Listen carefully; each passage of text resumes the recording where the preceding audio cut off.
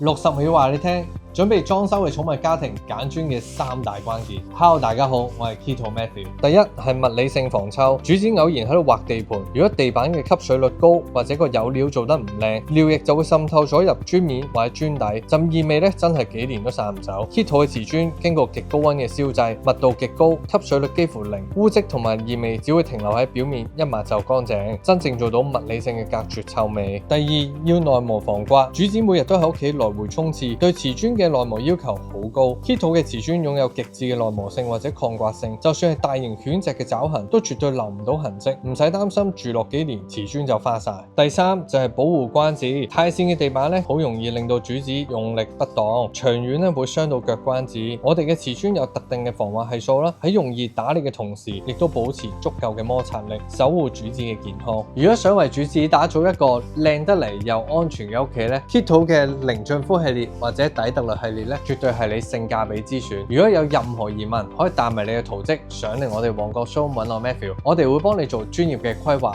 揀出合適你嘅風格。